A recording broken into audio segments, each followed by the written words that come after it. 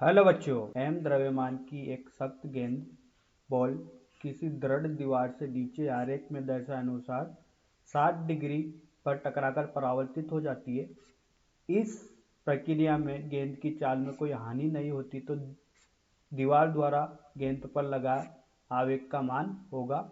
4 विकल्प दिए गए हैं बच्चों, बताना कौन सा विकल्प सही है। तो बच्चों प्रश्न के लिए सर्वप्रथम मुख्य उदाहरण की चर्चा करते हैं। तो देखिए बच्चों, यहाँ पर आवेग पर आधारित ये प्रश्न है।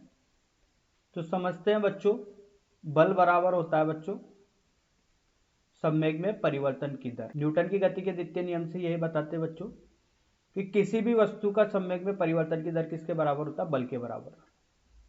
तो संवेग में परिवर्तन की दर किसके बराबर हो जाएगा? बल समय में परिवर्तन।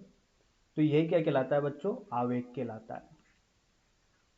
बच्चों आवेग वह बल होता है जो किसी भी वस्तु पर एक न्यून समय के लिए लगाया गया बड़ा बल होता है, जिसका परिमाण बच्चों बहुत ज्यादा होता है एक न्यूनतम समय के लिए।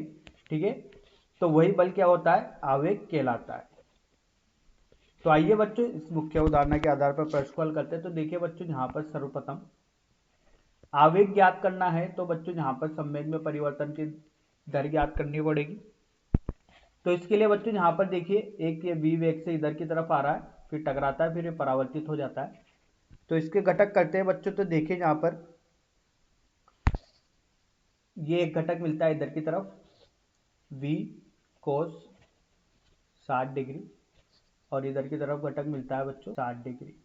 ठीक है, अब देखिए बच्चों, जब यहाँ पर परावर्तित हो जाते हैं तो उसके बाद इसका घटक आता है इधर की तरफ v cos 60 डिग्री, और यहाँ पर बच्चों नीचे की तरफ आता है v। अब देखिए बच्चों, यहाँ पर वेग में परिवर्तन की दर देखते हैं।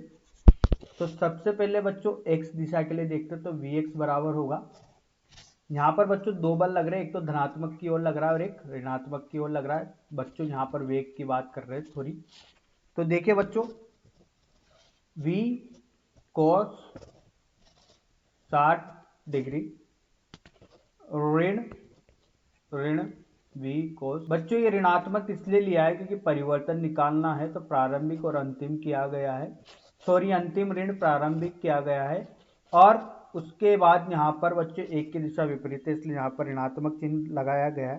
ठीक है, तो देखिए बच्चों, यहाँ से जो निकल के आएगा डेल्टा वी एक्स लिखना उचित होगा, ये होगा 2v कोस। अब देखिए बच्चों, यहाँ पर ये x में आ चुका है, तो i जैसा कि जानते कि होता है डेल्टा पी संवेग में परिवर्तन, तो i बराबर होता है बच्चों। ठीक है, क्योंकि बच्चों जैसा जानते हैं संवेग किसके बराबर होता है? द्रव्यमान गुणा वेग के। तो यहाँ से आवेग बराबर होगा बच्चों द्रव्यमान, तो m है गुणा 2v कोस 60 डिग्री के बराबर होगा। तो i बराबर होगा बच्चों यहाँ से m गुणा 2v कोस 60 का मान 1/2 है, 2 से 2 कट गया, किसके बराबर आया? mv के बराबर आया बच्चों।